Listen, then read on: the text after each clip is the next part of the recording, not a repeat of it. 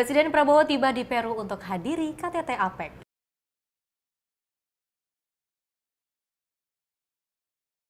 Program makan bergizi gratis gunakan pangan lokal.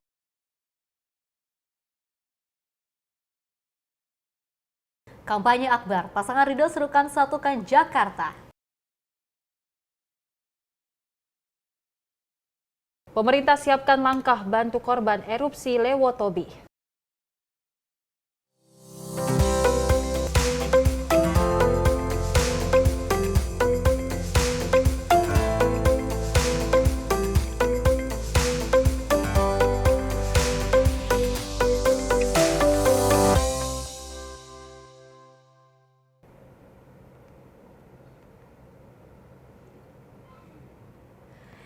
Selamat pagi pemirsa Simpo TV. Selamat pagi Seli. Selamat pagi Festi. Saya rasa di pagi hari ini Pesi dan juga Seli bisa terus memberikan informasi yang terbaik untuk Anda, di mana juga kita menghadirkan berbagai informasi terkait perpolitikan, ekonomi, hiburan seperti itu ya. Dan terkait headline yang kita bacakan Festi dan pemirsa, ini ada pasangan dari Ridwan Kamil dan juga Susono baru saja merayakan atau mengadakan kampanye Akbar di Cengkareng, Jakarta Barat. Kita lihat luar biasa sekali para pendukung datang untuk menyerukan ribuan seruannya dukungan Ridho kepada pasangan Ridho tentunya ya, yang juga menginginkan Ridho ini nantinya bisa mewarnai Jakarta yang jauh lebih maju lagi seperti itu.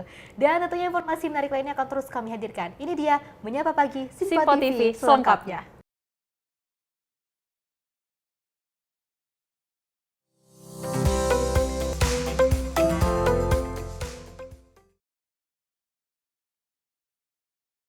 Kita awali dengan berita utama pemirsa. Dalam menutup lawatan di Amerika Serikat, Presiden Republik Indonesia Prabowo Subianto menerima kunjungan dari Menteri Pertahanan Amerika Serikat.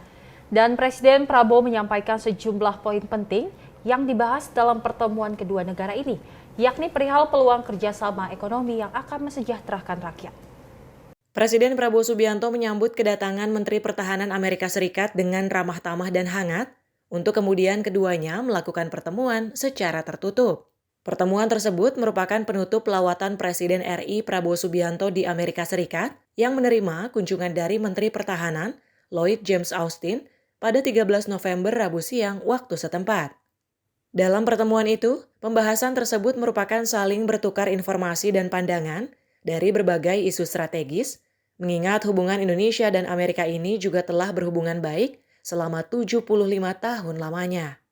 Presiden Prabowo menyampaikan sejumlah poin penting yang dibahas dalam pertemuan kedua negara ini, yakni perihal peluang kerjasama ekonomi yang akan mensejahterakan rakyat.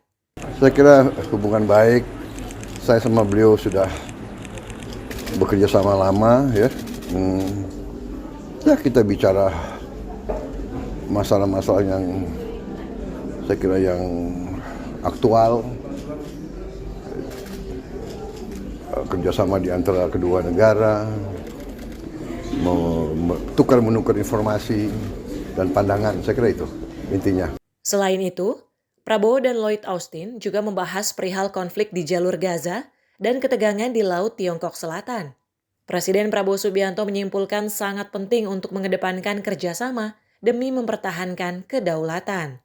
Ya kita bahas itu, saya tetap menyarankan two-state solution, sebetulnya mereka juga setuju. Kita bekerja, kita berharap untuk bisa gencatan senjata segera. Ya.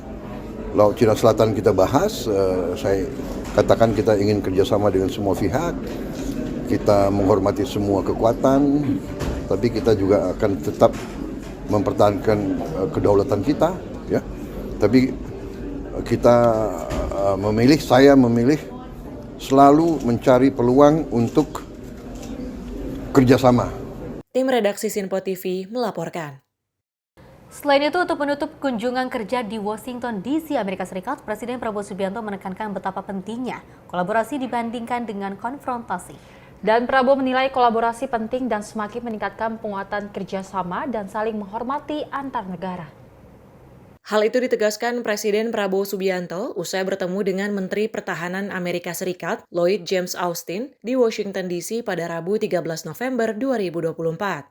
Pertemuan antar keduanya berlangsung pada pukul 12:15 siang waktu setempat. Presiden RI Prabowo Subianto menutup kunjungan kerja di Washington DC, Amerika Serikat. Kepala negara menekankan betapa pentingnya kolaborasi dibanding konfrontasi. Dalam hal yang sama, Prabowo menilai kolaborasi penting sebab hal itu akan semakin meningkatkan penguatan kerjasama dan saling menghormati antar negara. Tak hanya itu, Kepala Negara juga tegaskan perlu pengupayaan secara bersama, gotong royong, dan saling percaya untuk menjaga hubungan baik kerjasama dengan semua pihak. Kita menghormati semua kekuatan, tapi kita juga akan tetap mempertahankan kedaulatan kita, ya.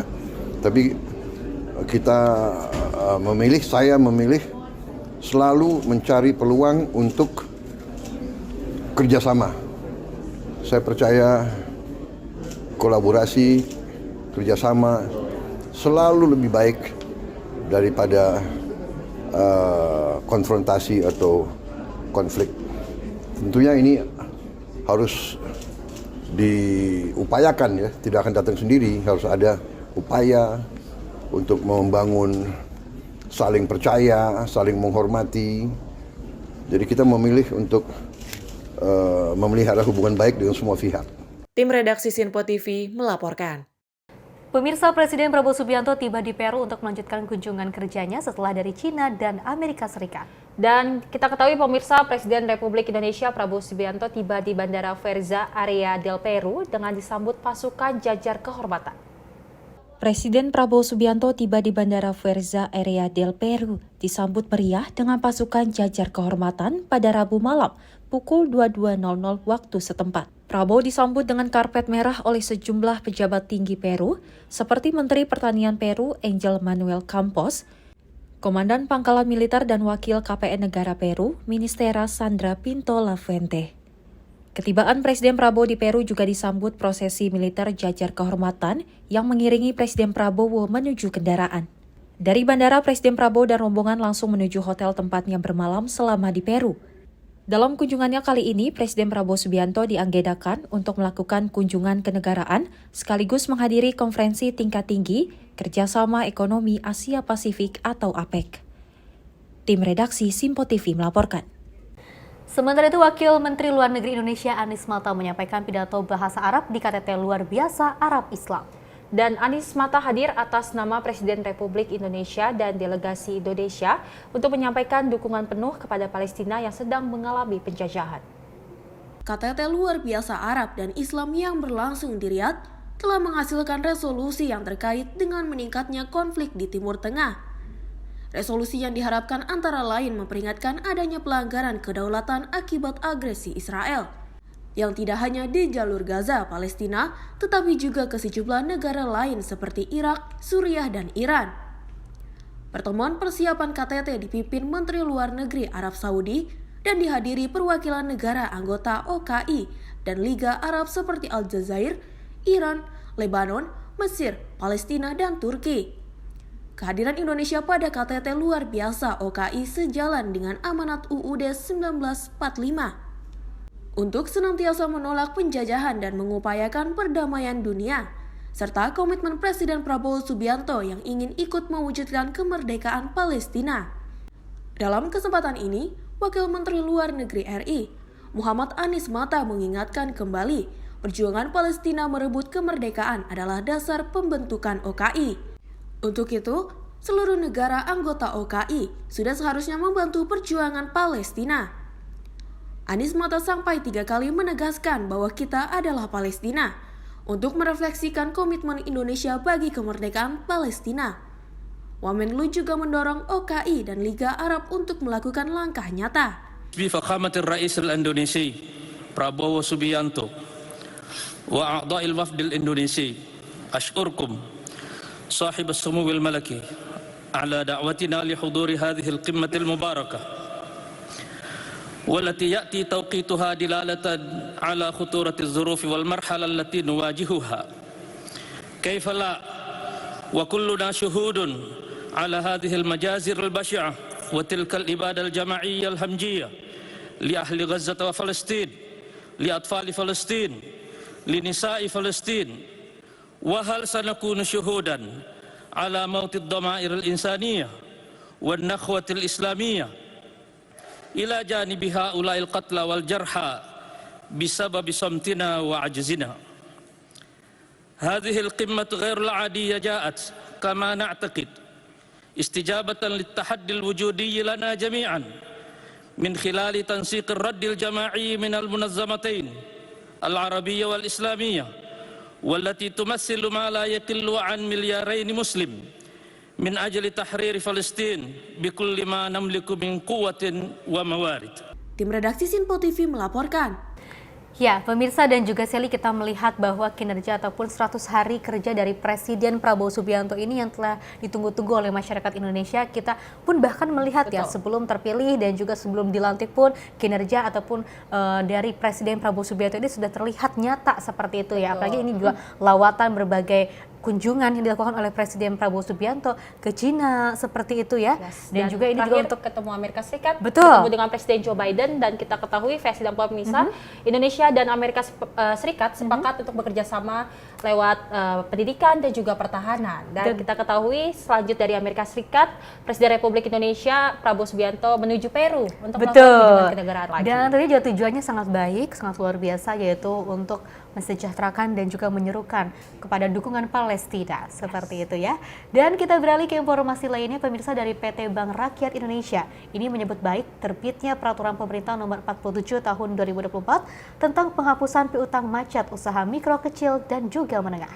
Dan Direktur Bisnis Mikro BRI Supari ini mengatakan pihaknya akan segera merespon PP tersebut dengan menelaah kriteria kredit dan nasabah yang menjadi target hapus tagih.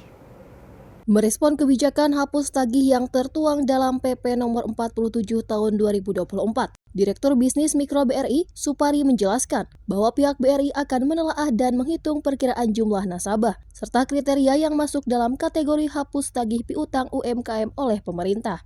Selain itu, di saat yang bersamaan, BRI juga akan membangun kebijakan di internal perusahaannya. Lantaran dalam pelaksanaan PP nomor 47 tersebut, nantinya akan dilakukan pemeriksaan oleh auditor eksternal dan internal. Oleh karenanya, menurut Supari, PT BRI harus menerjemahkan peraturan-peraturan tersebut, mulai dari perundang-undangan yang diterbitkan pemerintah hingga peraturan internal BRI. BRI akan segera gitu ya merespon gitu PP 47 itu. Ya, kita akan telaah gitu ya supaya nggak salah nanti kriteria nasabah yang menjadi target hapus tagih ini gitu, karena di dalam PP 47 kan ada kriteria. Nah ya, terus yang kedua gitu, BRI terus menghitung ini berapa kira-kira nasabah yang nanti akan masuk dalam kategori kriteria hapus tagih ini. Ya, kemudian setelah itu saat yang bersamaan kita akan bangun kebijakan internal. Ya, karena nanti kan akan diperiksa oleh auditor eksternal, internal, diadu nanti pelaksanaannya dengan peraturan yang ada. Maka BRI harus menerjemahkan peraturan-peraturan mulai dari perundang-undangan, PP, nanti menjadi peraturan internal BRI. Dari Jakarta, Sri Dewi Andayani, Rona Bayu, Sinpo TV melaporkan. Sejumlah informasi menarik lainnya akan terus kami hadirkan. Usai jeda berikut ini.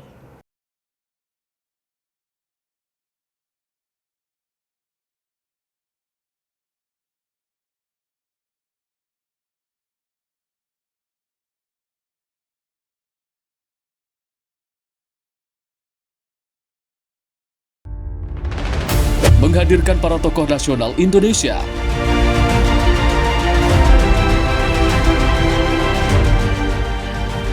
Mengulas ragam fakta dan isu terbaru secara mendalam. Pusat data nasional loh. Pusat data nasional, data apa aja masuk ini. Buka satu barang warga itu memang diperlukan.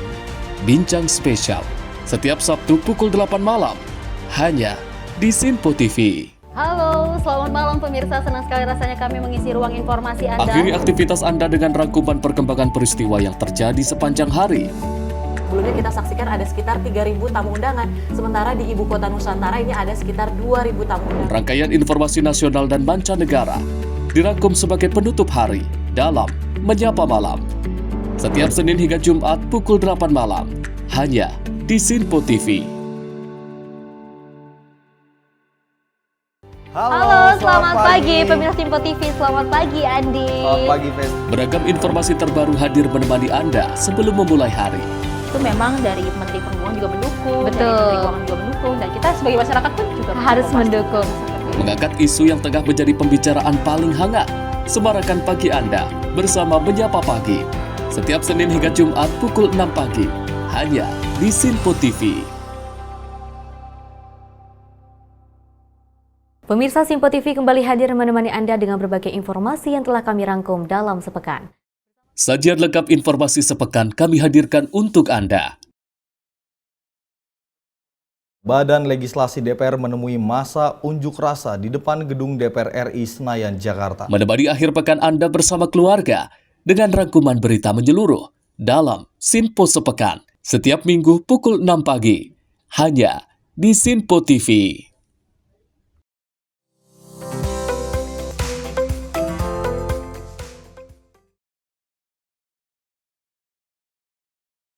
Terima kasih pemirsa, Anda masih menyaksikan Menyapa Pagi Sinpo TV, dan kita lanjutkan informasinya, di mana setelah beredar luas video peternak dan pengepul membuang susu, Menteri Pertanian Andi Amran Sulaiman mewajibkan industri menyerap susu lokal.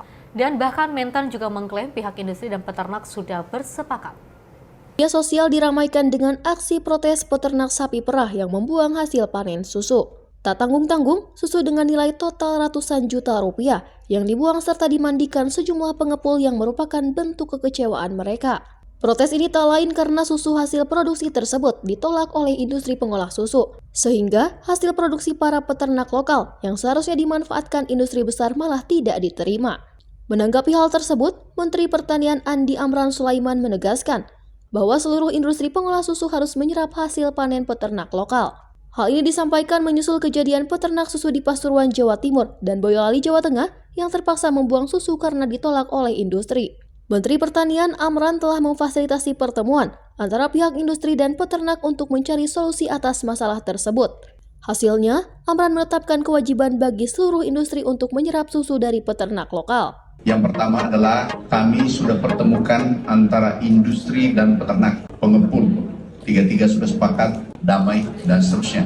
Kemudian regulasi, kami mengubah regulasi seluruh industri wajib menyerap susu petani. Itu kami langsung sudah sepakati, tanda tangan, mengirim surat ke dinas-dinas, provinsi, dinas peternakan, provinsi dan kabupaten untuk ditindaklanjuti. Yang kedua, Perpres yang ada sekarang kita ubah, usulkan ubah, Pak Menseknek sudah setuju, itu isinya adalah industri wajib serap susu peternak kita. Kenapa? Dulu 9798 ini adalah saran IMF dicabut tentang kewajiban untuk menyerap susu. Sekarang kita hidupkan kembali agar peternak kita bisa tumbuh, produksi dalam negeri bisa tumbuh. Sekarang yang Mas Bayu, Pak Sodi, kita sudah pertemukan semua, damai, oke. Tetapi untuk sementara, dan 5 perusahaan impornya kami tahan dulu. Setelah kami kunjungan hari Kamis, ketemu semua sudah damai di bawah, bergerak seluruh Indonesia, kami lepas kembali. Tetapi seluruh industri yang baik, hari ini izinnya bisa diambil kembali. Kalau dari 5 ada yang masih mencoba, aku cabut izinnya dan tidak boleh impor lagi. Itu ketegasan kami dari kementerian, karena kami tidak ingin ini antara peternak dengan industri tidak bergandengan. Menteri Pertanian Andi Amran Sulaiman berhasil memediasi peternak sapi perah dan industri pengolahan susu. Respon cepat Kementerian Pertanian tersebut disambut dengan penuh rasa syukur oleh peternak. Bayu Aji Handayanto, pengepul susu asal Pasuruan yang menangis karena aspirasi peternak didengar dan ditanggapi oleh pemerintah. Ia tersentuh dengan pemerintah yang memperhatikan nasib peternak di Indonesia. Terharu karena aspirasi kami sudah didengar oleh Bapak Menteri, tadi juga ada Bapak Mensesnek, ada Bapak Wamentan. Kami terharu, perjuangan kami selama ini direspon cepat. Saya terima kasih kepada pemerintah sudah merespon cepat nasib para peternak di Sulawesi. Tadi sudah disampaikan Bapak Menteri Pertanian bahwa memang kualitas peternak sapi kita perlu pembinaan ekstra dari industri pengolahan susu, tapi saya kira kualitas yang kami kirim sudah di atas standar nasional Indonesia. Cuma kalau dibandingkan impor, data dari industri pengolahan susu kami masih di bawahnya. Tapi kami berkomitmen, semua berkomitmen, tadi Pak Menteri sudah sampaikan akan ada pembinaan dan saya kira permasalahan sudah selesai. Hari ini sudah selesai. Jadi dari masyarakat Indonesia itu rata-rata susu itu dihitung dari total solid. Total solid itu standar kualitasnya SNI-nya 11,5. Nah, kami para peternak di desa-desa rata-rata mengirimkan ke industri pengolahan susu itu di 12,5, 12,7, 12,8 rata-rata. Tapi kalau di-compare dengan impor, susu impor itu kualitasnya bisa di atas 13. Jadi itulah yang mendasari. Walaupun kualitas kami sudah di atas SNI, jauh di atas SNI. Kalau secara dampak itu di end produknya, misalnya susu 12,5 1 liter cuma bisa jadi 5 produk misalnya. Mungkin kalau TS 13 bisa jadi 6 produk. Ya kira-kira begitu. Dalam hal yang sama, Amran menuturkan, regulasi baru ini membuat adanya perubahan terkait peraturan Presiden, yang dimana sudah disetujui oleh Menteri Sekretaris Negara Prasetyo Hadi. Tak hanya itu, Amran juga sampaikan adanya penangguhan impor susu oleh Kementan terhadap 5 perusahaan pasca terbitnya regulasi baru tersebut. Tim redaksi Sinpo TV melaporkan. Pemirsa, Wakil Presiden Gibran Rakabuming Raka meninjau persiapan pelaksanaan program makan bergizi gratis di SDN 103 Impres Hasanuddin, Makassar pada Rabu lalu. Dan Wapres berharap pemirsa program makan bergizi gratis juga dapat menggerakkan ekonomi daerah dengan melibatkan petani dan UMKM lokal untuk pasok kebutuhan pengadaan makanan.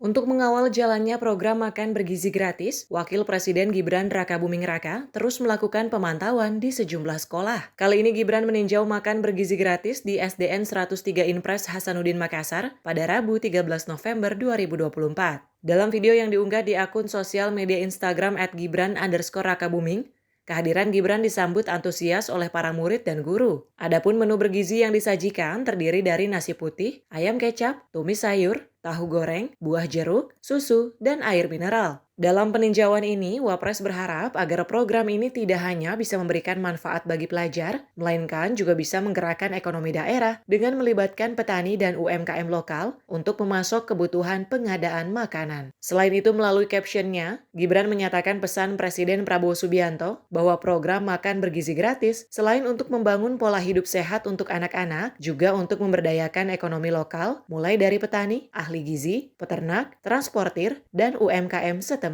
Tim redaksi Sinpo TV melaporkan. Sementara itu dari Menteri Koperasi dan juga UKM Budi Arisyadi melakukan pemantauan langsung terhadap uji coba program makan bergizi gratis yang juga diperuntukkan bagi ratusan pelajar sekolah dasar di Desa Warung Kiara, Kabupaten Sukabumi, Jawa Barat.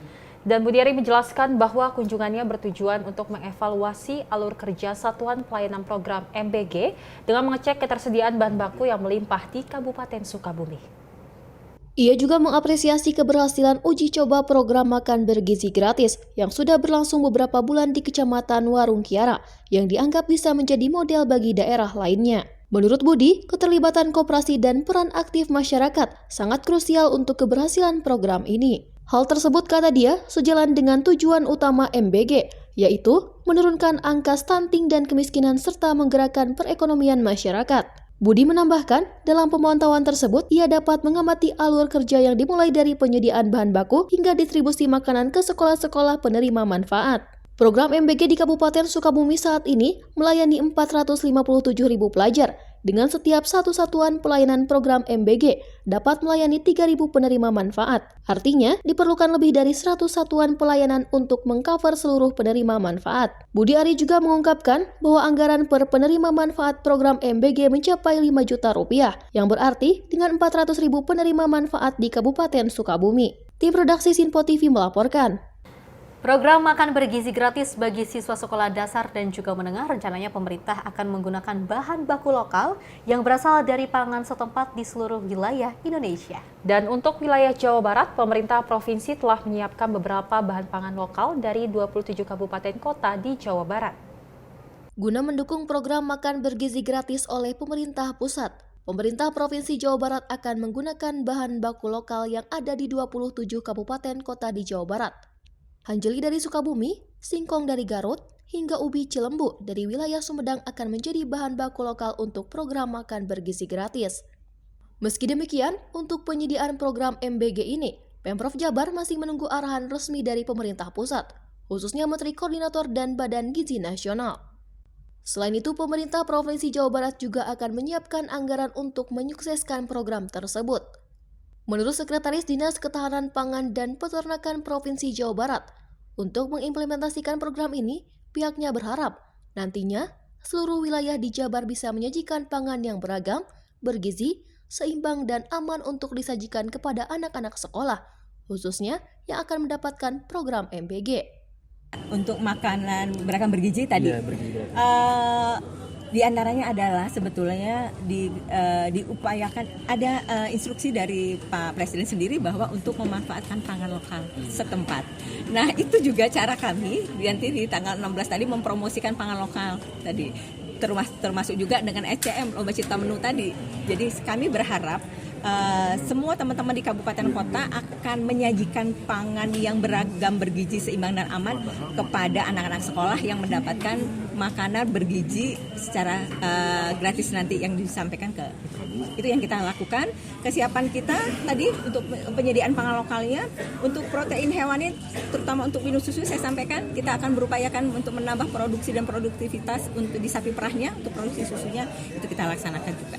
Sebelumnya, pemerintah Indonesia mengaku siap mengimplementasikan program makan bergizi gratis bagi siswa sekolah, ibu hamil, hingga balita di Januari 2025 nanti.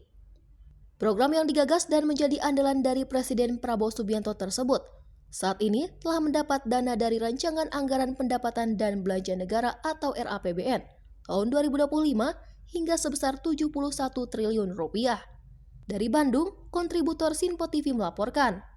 Selain itu, pemirsa, program makan bergizi gratis yang dicanangkan pemerintahan Prabowo Gibran mendapat dukungan dari sejumlah pihak. Dan salah satu yang menyatakan mendukung dan berkomitmen mengawal program tersebut adalah Gerakan Rakyat Indonesia Bersatu atau GRIB Jaya. Sebagai ormas yang mengklaim dukungannya kepada Prabowo sejak lama, GRIB Jaya khawatir adanya kebocoran dalam program makan bergizi gratis yang telah dianggarkan 71 triliun rupiah di dalam APBN tahun 2025, sehingga perlu dilakukan pengawalan ketat. Harga komoditas di sejumlah daerah yang beragam membuat program makan bergizi gratis rawan. Diketahui, formula program makan bergizi gratis saat ini tengah digodok oleh Badan Gizi sebagai badan pelaksanaan program tersebut. Selain itu, pelaku usaha mikro, kecil, dan menengah atau UMKM di daerah diharapkan dapat dilibatkan untuk menyuplai program makan bergizi gratis. Kita itu harus 100% semua komoditasnya dari UMKM Indonesia. Jadi susunya, ikannya, berasnya, dan lain-lain harus dari UMKM Indonesia. Tidak ada impor, tidak boleh ada impor. Tapi ini kan rawan dengan adanya tadi Bang kecurangan atau seperti apa, bagaimana? Ya metodologinya bisa dilakukan lewat 3 hal. Penunjukan langsung oleh Badan Gizi, kemudian lelang, yang kemudian e-katalog. Potensi kebocoran itu tetap ada, tapi harus bisa diminimais dengan dikawal oleh seluruh stakeholder, termasuk GRIB Jaya juga akan mengawal itu. Dari Jakarta, tim liputan Sinpo TV melaporkan. Kita beralih ke informasi lainnya, pembangunan dan juga pemberdayaan masyarakat desa di wilayah Bengkulu Utara mendapatkan suatu angin segar dengan adanya launching platform penyedia peningkatan kapasitas teknis desa. Dan Menteri Yandri yakin P2KTD dapat membawa desa menjadi ujung tombak percepatan peningkatan gizi, sekaligus berpartisipasi dalam mensukseskan program makan bergizi gratis.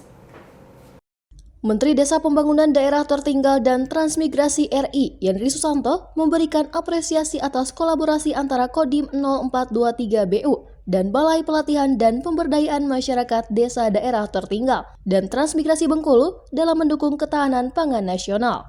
Apresiasi ini disampaikan dalam acara launching platform penyedia peningkatan kapasitas teknik desa atau P2KTD yang diadakan di Balai Bengkulu, Desa Marga Sakti, Kecamatan Padang Jaya, Kabupaten Bengkulu Utara. Menteri Yandri merasa senang dapat bertemu langsung dengan kepala desa, kader posyandu, kader PKK, RT dan RW yang dapat menyatukan langkah ke depannya. Ia juga menyebut bahwa sesuai dengan arahan Presiden Prabowo Subianto untuk galakan swasembada pangan dari desa. Karena menterinya menteri desa, Pak, sebaiknya memang kegiatan kita itu di desa, Pak. Tidak di hotel-hotel, ya. Sehingga kita bisa ketemu dengan para kepala desa, kader posyandu, kader PKK, RT, RW, itu bisa menyatukan langkah gerak kita untuk ke depan. Atas arahan Bapak Presiden Prabowo Subianto, ayo kita galakkan swasembada pangan dari desa. Yandri berharap melalui platform P2KTD ini, lebih banyak desa di Bengkulu Utara dapat mengembangkan potensi, baik di bidang ketahanan pangan maupun sektor lainnya, yang mendukung program pangan nasional serta meningkatkan kesejahteraan masyarakat melalui BUMDes. Tim redaksi Sinpo TV melaporkan.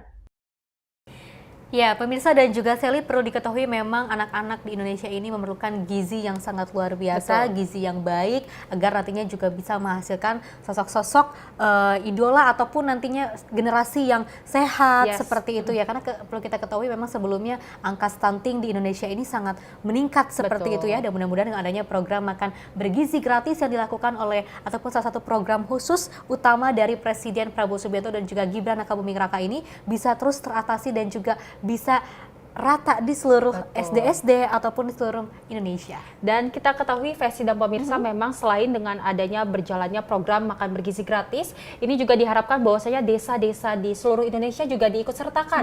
Menurut Menteri dari Desa Yandrian Susanto ini mengatakan bahwasanya desa boleh diikutsertakan, jadi ini bisa meningkatkan ekonomi daerah juga. Jadi desa-desa juga bisa ikut serta dalam melaksanakan atau mensukseskan program makan bergizi gratis. Oke, dan tadi juga kita melihat bahwa Budi Aris Setiadi juga telah melakukan beberapa uji coba makan bergizi gratis yang nantinya juga ini sangat bermanfaat bagi seluruh masyarakat yang ada di kawasan Sukabumi. Dan pemirsa, informasi menarik lainnya akan terus kami hadirkan usai jeda berikut ini.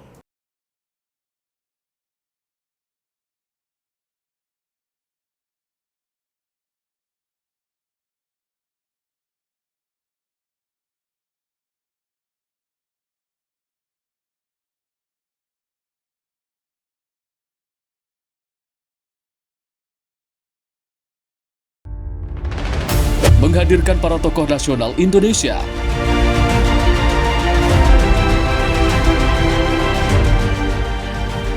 Mengulas ragam fakta dan isu terbaru secara mendalam. Pusat data nasional, pusat data nasional, data apa aja masuk ini? Buka satu barang warga itu memang diperlukan.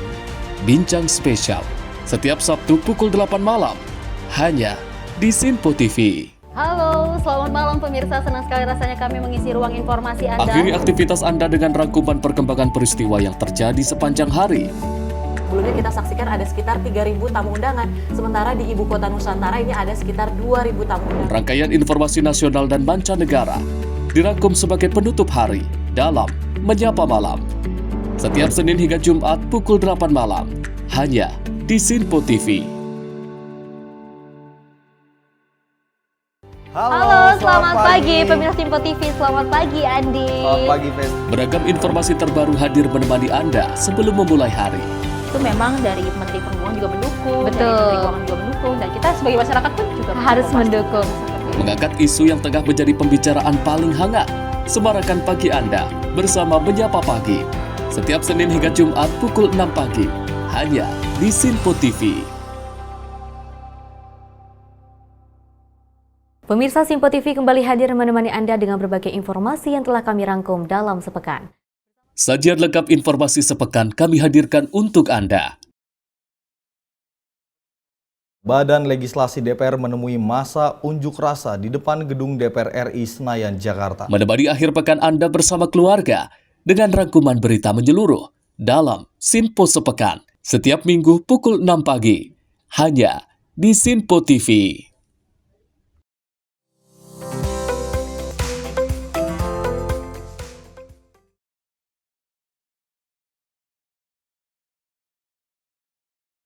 Anda masih menyaksikan Menyapa Pagi, pemirsa. Kita lanjutkan informasinya, di mana DPR RI ini melakukan inspeksi mendadak ke rumah tahanan atau rutan kelas 1 Salemba, Jakarta Pusat pada Kamis pagi kemarin. Dan inspeksi mendadak ini dilakukan untuk mencari tahu terkait dengan kaburnya 7 tahanan melalui tralis kamar rutan pada beberapa waktu yang lalu.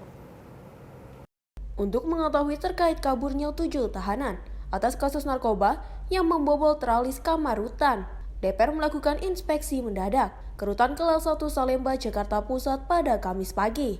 Hal ini dilakukan untuk mengetahui kondisi sebenarnya yang terjadi kaburnya 7 tahanan tersebut. Selain itu, Ketua Komisi 13 DPR, Willy Aditya mengatakan bahwa pihaknya juga ingin melihat seperti apa daya tampung dan kelayakan standar pengamanan pelaksanaan di rutan tersebut. Teman-teman semua, habis itu kita juga mendapat laporan beberapa CCTV itu tidak aktif.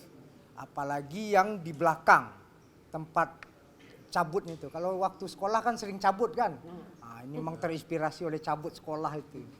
Jadi loncat itu terus di sana blank spot gitu. Nah, tadi kita juga sempat masuk ke dalam, ternyata sudah diperbaiki itu setelah di BAP oleh polisi. Dan dengan BNN juga. Tentu habis ini kami juga akan berkoordinasi dengan polisi dan BNN dengan membentuk panja pemasyarakatan. Sebelumnya, 7 orang tahanan dan narapidana berhasil ditangkap atas kasus narkoba.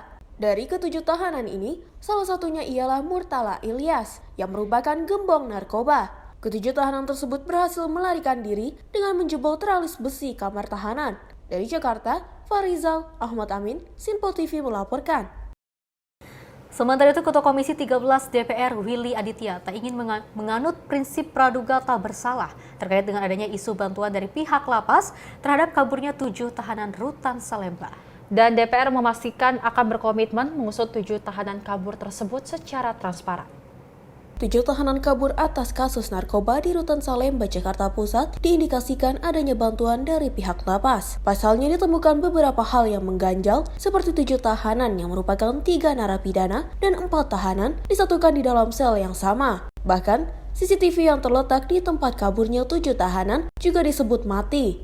Namun, Ketua Komisi 13 DPR Willy Aditya mengatakan bahwa pihaknya tak ingin menganut prinsip praduga tak bersalah terkait indikasi-indikasi tersebut. Ia berkomitmen akan mengusut 7 tahanan kabur ini secara transparan. Dan ini juga menjadi pesan Pak Presiden, hukum jangan hanya tumpul ke atas, tajam ke bawah, tapi ke semua lini. Kita hari Senin akan ada rapim, nanti habis rapim kita kumpulkan untuk kemudian kita bentuk panja pemasyarakatan. Mungkin kick off-nya akan lebih efektif untuk masa sidang berikutnya. Tapi sekarang kita mau memanggil beberapa pihak yang cukup berkompeten untuk mendapatkan input sebanyaknya. Gitu. Bang Willy, terkait hal ini ada over capacity atau enggak di lapangan? Kalau over capacity udah pasti. Ini 100% over capacity-nya. Tapi kita nggak ingin masuk ke ranah itu. Kalau itu sudah pasti. Bahkan rasio petugas keamanannya dengan yang dijaga itu 1:190. Kalau kapasitasnya ini cuma 1.500 tapi ini hampir 3.000-an. Jadi udah kalau itu sudah benar-benar over capacity.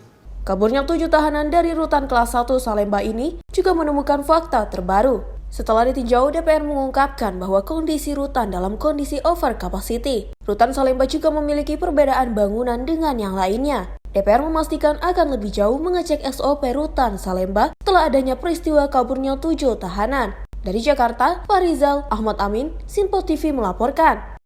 Dari Ketua Komisi 13 DPR Willy Aditya mengatakan akan melaksanakan rapat pimpinan pada pekan depan mendatang. Dan rapim ini digelar dalam rangka untuk membentuk panitia kerja atau panja dalam mengusut 7 tahanan kabur di rutan Salemba, Jakarta Pusat. Dalam mengusut 7 tahanan kabur di rutan Salemba, Jakarta Pusat, DPR akan menggelar rapat pimpinan pada pekan depan untuk membentuk panitia kerja atau panja. Ketua Komisi 13 DPR Willy Aditya mengatakan, pembentukan panja ini merupakan bentuk semangat dalam membangun dan meningkatkan kualitas rutan ke depan. Menurutnya, panja tersebut juga sesuai dengan cita Presiden Prabowo Subianto yang ingin mereformasi kondisi rutan dan lapas seluruh Indonesia yang sudah melebihi kapasitas daya tampung. Dan ini juga menjadi pesan Pak Presiden, hukum jangan hanya tumpul ke atas, tajam ke bawah, tapi ke semua lini. Kita hari Senin akan ada rapim, nanti habis rapim kita kumpulkan untuk kemudian kita bentuk panja pemasyarakatan. Mungkin kick off-nya akan lebih efektif untuk masa sidang berikutnya. Tapi sekarang kita mau memanggil beberapa pihak yang cukup berkompeten untuk mendapatkan input sebanyaknya. Gitu. Bang Willy, terkait hal ini ada over capacity atau enggak di lapangan? Kalau over capacity udah pasti. Ini 100% over capacity-nya. Tapi kita nggak ingin masuk ke ranah itu. Kalau itu sudah pasti. Bahkan rasio petugas keamanannya dengan yang dijaga itu 1:190. Kalau kapasitasnya ini cuma 1.500 tapi ini hampir 3.000-an. Jadi udah kalau itu sudah benar-benar over capacity. Dari Jakarta, Farizal Ahmad Amin, Sinpo TV melaporkan. Pemirsa, 2 pekan jelang pemungutan suara KPU Jakarta Timur ini mendistribusikan logistik pilkada tahap kedua ke setiap kecamatan. Dan sebanyak 11 item logistik diantaranya ATK, stiker kotak suara, dan segel kertas ini diserah terimakan ke gudang logistik kecamatan.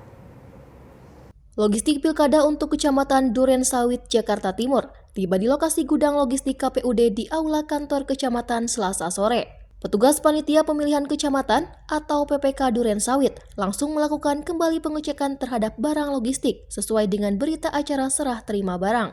Terdapat 11 item logistik dalam distribusi tahap 2 ini. Logistik tersebut diantaranya alat formulir tulis kantor, segel kertas, stiker hingga alat bantu tunanetra. Kegiatan hari ini adalah penurunan atau distribusi logistik turun ya, tahap 2. Antara lain ada C hasil plano, kemudian sampul surat suara, ATK, tinta, kemudian alat bantu coblos tunanetra, kemudian bantal untuk tiap TPS-nya ada 4 ya, tiap TPS. Kemudian apa lagi ya? Plastik ya, plastik. Tahap 2. Tahap pertama kami sudah turun kotak ya, dan dilaksanakan pengecekan kotak selesai tanggal 25 dan 26 November dengan total 593 kotak untuk 593 TPS. Sebelumnya, PPK Kecamatan Durensawit juga telah menerima kotak dan bilik suara. Adapun untuk surat suara akan didistribusikan KPUD Kota Jakarta Timur 20 November 2024. Dari Jakarta, kontributor Sinpo TV melaporkan. Pasangan calon gubernur dan juga wakil gubernur Jakarta nomor urut 1 Ridwan Kamil dan juga Suswono baru saja menggelar kampanye akbar pada hari pertama di lapangan Cendrawasih Cengkareng, Jakarta Barat. Dan acara bertajuk Satuin Jakarta dihadiri ribuan pendukung Ridho atau Ridwan Kamil Suswono yang antusias memberikan dukungannya. Kampanye akbar hari pertama pasangan calon gubernur dan calon wakil gubernur Jakarta nomor urut 1 Ridwan Kamil dan Suswono digelar di lapangan Cendrawasih Cengkareng, Jakarta Barat pada Kamis 14 November 2024. Acara kampanye ini menjadi momentum penting bagi para pendukung pasangan Ridho untuk mempererat kebersamaan menjelang pemilihan kepala daerah yang semakin dekat. Calon wakil gubernur Jakarta nomor urut 1 Suswono menyampaikan acara kampanye akbar yang dilakukan bertujuan untuk menumbuhkan semangat kebersamaan mulai dari para relawan, para pendukung, hingga kader partai pendukung.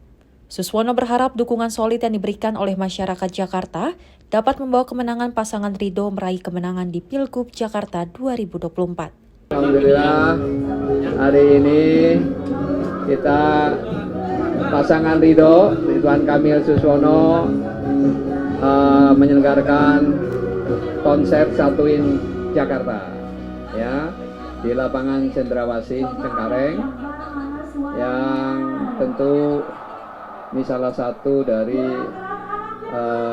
pawai akbar ya, kampanye akbar yang diselenggarakan, dan mungkin nanti satu kali lagi ya Pak Segi ya, nanti ada satu kali lagi di lapangan Banteng ya. Jadi intinya kami ingin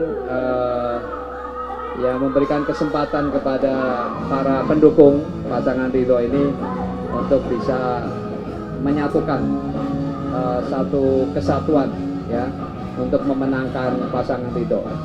Dan sebagaimana yang kita tekadkan, mudah-mudahan satu putaran bisa benar-benar terrealisir. Ya, jadi tentu dengan kampanye akbar ini harapannya menumbuhkan semangat kebersamaan dari para relawan maupun juga para kader-kader dari partai pendukung ya. Jadi kita punya struktur dari kader-kader partai pendukung, dan juga ada relawan-relawan yang saat ini berkumpul dalam satu kesatuan konser menyatukan Jakarta ya. Dari Jakarta, Jihan Nabila, Mutia Anggiani, Sinpo TV melaporkan. Jelang pemilihan kepala daerah 2024, bantuan sosial resmi dilarang penyalurannya oleh Kementerian Dalam Negeri. Dan aturan itu juga dipertegas dengan surat edaran ke pemerintah daerah yang mengatur distribusi bansos. Namun kondisi itu tidak berlaku di daerah yang sedang mengalami bencana alam.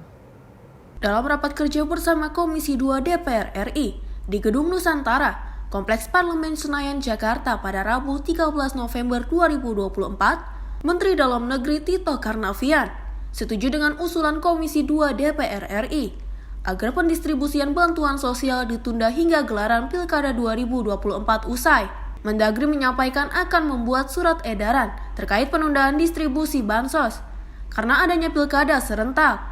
Namun, Mendagri meminta distribusi tetap berjalan di wilayah-wilayah yang terkena imbas bencana alam. Pak Bima Arya menyampaikan bahwa teman-teman Komisi 2 minta agar distribusi bansos untuk ditunda sampai dengan pilkada. Kami setuju, Pak, kecuali di daerah-daerah yang memang memerlukan bansos karena ada bencana. Ya nggak mungkin kita nggak kasih bansos mereka, Pak. Mereka memerlukan itu. Sementara itu, Wakil Menteri Dalam Negeri Bima Arya menyebut bahwa pihaknya sudah menandatangani surat larangan pembagian bansos jelang pilkada. Ia menegaskan bahwa bansos dilarang adalah yang bersumber dari anggaran pendapatan dan belanja daerah. Caranya akan diedarkan bansos ditunda sampai selesai pilkada, kecuali daerah-daerah yang sedang tertimpa bencana. Pengecualiannya hanya kepada daerah bencana. Ini bagian dari ikhtiar pemerintah agar pilkada serentak berjalan dengan lebih adil dan tanpa penyalahgunaan kewenangan. Kecuali penyaluran bansos di daerah-daerah terdampak bencana. Dalam akun media sosial, Wakil Menteri Dalam Negeri Bima Arya juga mengimbau jika menemukan indikasi, masyarakat dapat menghubungi dan mengirimkan bukti ke hotline Kemendagri 0813 1763 3727 WhatsApp atau 021 5095 8800. Tekan 1 untuk Deks Pilkada. Tim redaksi Sinpo TV melaporkan. Kita beralih ke informasi lainnya, Gubernur Lemhanas Aceh Hasan Sadzili ini mengungkapkan wilayah yang rentan jelang pemilihan kepala daerah 2024. Berdasarkan data pemirsa, terdapat beberapa wilayah yang rentan, yaitu Aceh dan sejumlah wilayah di Papua.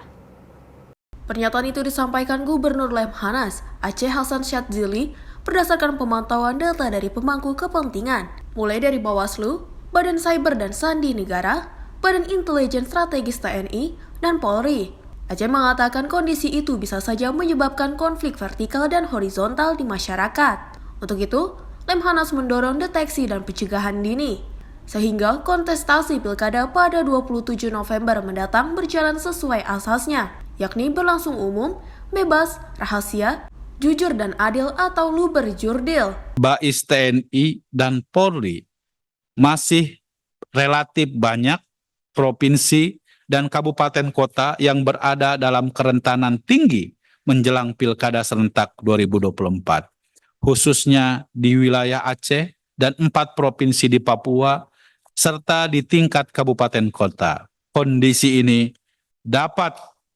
melahirkan konflik vertikal maupun horizontal di masyarakat. Kegiatan deteksi, antisipasi, dan tindakan pencegahan oleh para penyelenggara pemilu dan semua pemangku kepentingan adalah sebuah keharusan agar pilkada tidak hanya berjalan secara luber dan jurdil, tetapi juga melahirkan pemimpin dan kualitas demokrasi yang semakin meningkat. Dari Jakarta, Tim Liputan Sinpo TV melaporkan. Sejumlah informasi menarik lainnya akan terus kami hadirkan usai jeda berikut ini.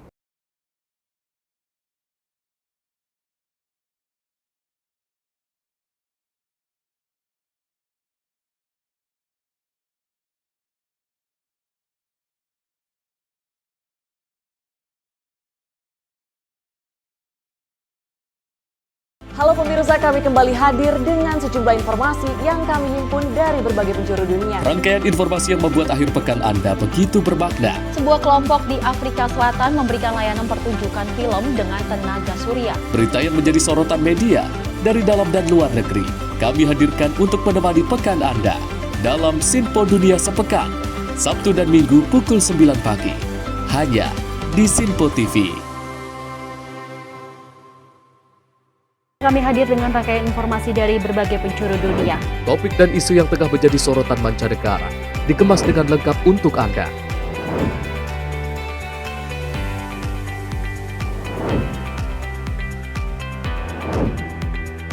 Peristiwa penting yang terjadi dari berbagai belahan dunia ini hadir dalam Sinpo Dunia setiap Senin hingga Jumat pukul 7:30 malam hanya di di Sinpo TV.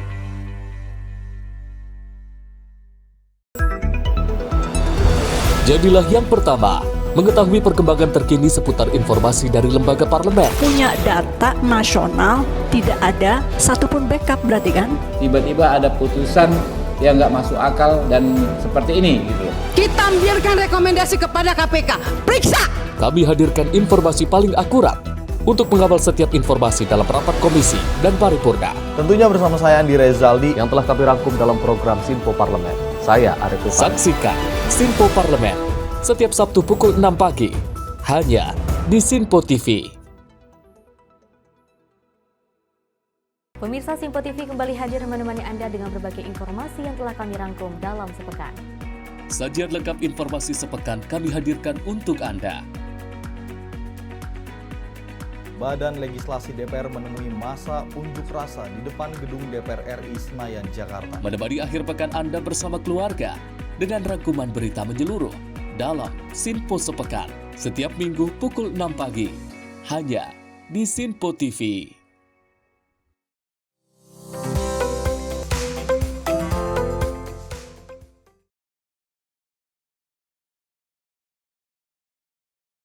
Masih bersama kami pemirsa dalam Menyapa Pagi Sinpo TV dan kita lanjutkan informasinya di mana guna memudahkan proses pemeriksaan perkara suap vonis bebas Gregorius Ronald Tanur yang melibatkan 3 hakim Pengadilan Negeri Surabaya Meriska Wijaya dipindahkan ke Jakarta. Dan Kepala Pusat Penerangan Hukum Kejaksaan Agung Harli Siregar menyebut perlu adanya efektivitas dari penyidikan oleh penyidik Kejaksaan Agung dari perkara yang melibatkan para oknum penegak hukum. Meriska Wijaya tiba di Gedung Kejagung dengan menaiki mobil tahanan Kamis siang. Meriska mengenakan baju tahanan warna merah muda dengan mengenakan kacamata hanya tertunduk saat keluar mobil tahanan dan langsung masuk menuju ruang pemeriksaan. Ibu dari Ronald Tanur ini memilih bungkam saat ditanya media soal pemindahannya terkait kasus dugaan suap hakim di Pengadilan Negeri Surabaya. Tak lama berselang, menyusul Zarof Rikar atau ZR tiba di Gedung Kejaksaan Agung dengan mobil tahanan tersangka maklar, kasus yang juga merupakan satu rangkaian dalam pidana suap vonis bebas 3 hakim Pengadilan Negeri Surabaya. Mantan pejabat Mahkamah Agung ini juga bungkam saat ditanya oleh awak media. Zarof kemudian masuk ke Gedung Kartika Kejagung dan dikawal petugas keamanan untuk menjalani pemeriksaan. Kepala Pusat Penerangan Hukum Kejaksaan Agung Harli Siregar mengatakan alasan dari pemindahan penahanan Meriska Wijaya, yakni perlu adanya efektivitas dari penyidikan oleh penyidik Kejaksaan Agung dalam perkembangan kasus dugaan suap para hakim. Selain itu, penyidik Kejagung juga akan memeriksa Zarof Rikar, mantan pejabat Mahkamah Agung yang terlibat dalam makelar kasus. Hari ini bahwa penyidik juga melakukan pemeriksaan terhadap MW, tapi kapasitasnya sebagai saksi ya, untuk beberapa tersangka lainnya ya. Jadi kalau kita hitung tentu sudah ada tersangka 3 hakim yang sebelumnya, kemudian ada LR pengacara, ada ZR dan MW ya. Jadi ada 6 tersangka. Nah tentu penyidik akan terus menggali keterangan-keterangan yang bisa memperkuat pembuktian dalam penyidikan, karena sejatinya bahwa penyidikan adalah upaya yang dilakukan oleh penyidik dalam rangka mengumpulkan bukti-bukti untuk membuat terang tindak pidana ini. Jadi bagaimana peran dari MW dalam perkara ini itu akan digali oleh penyidik karena kaitannya dengan LR ya. Nah, apakah juga MW mengetahui ada hubungan terkait dengan 3 tersangka lainnya, oknum hakim termasuk penyidik juga akan mencoba mendalami apakah juga mengetahui peran dari ZR. Seperti diketahui, Meriska menjadi tersangka atas dugaan pemberian suap melalui pengacaranya Lisa Rahmat kepada para hakim PN Surabaya serta seorang mantan pejabat Mahkamah Agung atau MA yang juga terlebih dahulu ditetapkan sebagai tersangka oleh Kejaksaan Agung. Penyidikan ini terkait kasus dugaan suap vonis bebas Ronald Tanur dalam kasus tewasnya Dini Sera terus dilakukan oleh penyidik Kejaksaan Agung. Dari Jakarta, kontributor Sinpo TV melaporkan. Kita beralih ke informasi lainnya, pemirsa. Dari Menteri Koordinator Bidang Infrastruktur dan juga Pembangunan Kewilayahan Agus Harimurti Yudhoyono menegaskan komitmen pemerintah dalam memberikan bantuan kepada korban erupsi Gunung Leutobi. Dan pemerintah tengah mempersiapkan langkah konkret untuk menanggulangi dampak bencana Gunung Leutobi. Menteri Koordinator Bidang Infrastruktur dan Pembangunan Kewilayahan Agus Harimurti Yudhoyono mengatakan pemerintah sedang mempelajari apa saja yang menjadi kerugian pada saat terjadi bencana erupsi Gunung Leutobi. Saat ini, Kemenko Infrastruktur juga melakukan secara intensif memonitor perkembangan apa yang terjadi di Leutobi. Sejumlah Menteri Kabinet Merah Putih juga sudah melakukan kunjungan langsung ke lapangan untuk memastikan apa saja yang bisa segera dilakukan di tingkat pusat dan juga untuk berkoordinasi dengan pemerintah daerah. AHY memastikan pemerintah selalu hadir dalam rekonstruksi rehabilitas setelah tanggap bencana di berbagai daerah yang terdampak bencana, dan ini merupakan kewajiban negara dan kita semua. Jadi prinsipnya pemerintah akan selalu hadir dalam rekonstruksi, rehabilitasi setelah tanggap bencana dilakukan di berbagai daerah yang terdampak bencana. Ini sekali lagi kewajiban negara dan kita semua. Dari Jakarta, Zahra Amalia, Rona Bayu, Tim Liputan Sinpo TV melaporkan. Pemirsa, pemerintah berhasil mengungkap potensi kerugian negara sebesar 10 miliar rupiah dari Deks Pencegahan dan juga Pemberantasan Penyelundupan milik Kementerian Koordinator Bidang Politik dan juga Keamanan. Pengungkapan ini pemirsa berhasil dilakukan oleh beberapa lembaga terkait dalam kurun waktu seminggu. Menteri Koordinator Bidang Politik dan Keamanan Budi Gunawan bersama Menteri Keuangan Sri Mulyani dan jajaran lembaga terkait mengungkap tindakan penyelundupan barang ilegal melalui Deks Pencegahan dan Pemberantasan Penyelundupan milik Menko Polhukam. Sebanyak 10,3 miliar rupiah berhasil diselamatkan pemerintah dari potensi kerugian ini. Dalam pernyataannya pada konferensi pers, Sri Mulyani mengatakan dalam kurun waktu 1 minggu, hasil sinergi dari pemerintah berhasil mengungkap upaya penyelundupan dengan komoditas asal dari produk garmen, mesin elektronik, minuman keras hingga narkotika. Berdasarkan hasil program sinergi antar seluruh kementerian lembaga, kami akan melaporkan untuk periode tanggal 4 hingga 11 November saja 2024 telah dilakukan 283 kali penindakan penyelundupan. Ini hanya dalam kurun waktu 1 minggu antara tanggal 4 hingga 11 telah dilakukan 283 kali penindakan penyelundupan, terutama dikaitkan dengan komoditas garmen, tekstil, mesin elektronik, rokok, miras, dan narkotika dengan perkiraan nilai mencapai 49 miliar dalam 1 minggu dan potensi kerugian negara 10,3 miliar yang masih di dalam proses penyelidikan. Dalam hal ini, Menko Polhukam Budi Gunawan menyampaikan, pendekatan yang dilakukan terhadap Deks baru yang dibentuk olehnya menggunakan langkah hulu dan hilir. Yang dilakukan oleh Des Pencegahan dan Pemberantasan Penyelundupan dalam rangka untuk mencegah arus masuknya barang-barang selundupan, tentu pendekatan yang digunakan dari hulu dan hilir. Kalau dari hulu tadi sudah sampaikan, lebih mengedepankan aspek preventif. Gitu. Untuk aspek hilirnya, yaitu penegakan hukum, sebagaimana tadi disampaikan oleh Barreskrim maupun Kejaksaan Agung. Tidak kalah penting, aspek lainnya adalah perbaikan pada kesisteman dan bisnis proses. Bu Menteri Keuangan sangat paham akan hal ini dan tadi telah disampaikan. Aspek lainnya adalah meningkatkan sinergi dan koordinasi seluruh kementerian lembaga terkait dan semua hadir hari ini dalam rangka untuk berkomitmen mendukung sekaligus berkontribusi dalam rangka pemberantasan penyelundupan. Pengawasan yang berbasis teknologi dengan melakukan modernisasi sistem surveillance kita di daerah-daerah rawan penyelundupan ini juga ditingkatkan. Melalui pembentukan Deks ini, pemerintah dapat terus mendukung program Asta Cita milik Presiden Prabowo Subianto ke depannya. Dari Jakarta, Max, juru kamera Faris, Tim Liputan Sinpo TV. Dari Menteri Agraria, Pemirsa dan Tata Ruang Kepala Badan Pertanahan Nasional, Nusron Wahid, ini tak menampik jika terdapat banyak oknum di jajaran kementeriannya yang terlibat dalam kasus sengketa pertanahan. Dan Nusron menyebut sebanyak 60% kasus mafia tanah dipastikan melibatkan oknum internal Kementerian ATR BPN.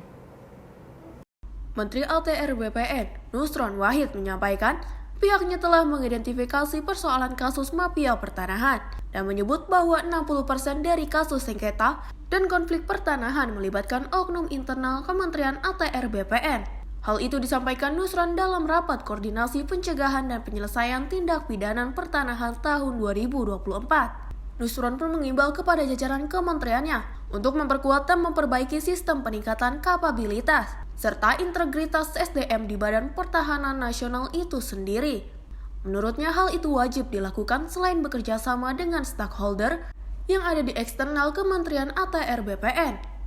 Bapak-bapak, ibu-ibu yang kami hormati, kami ingin menyampaikan kalau kita bicara masalah tindak pidana pertanahan atau tadi dalam slide disampaikan tentang mafia tanah tadi, kami sudah identifikasi persoalannya.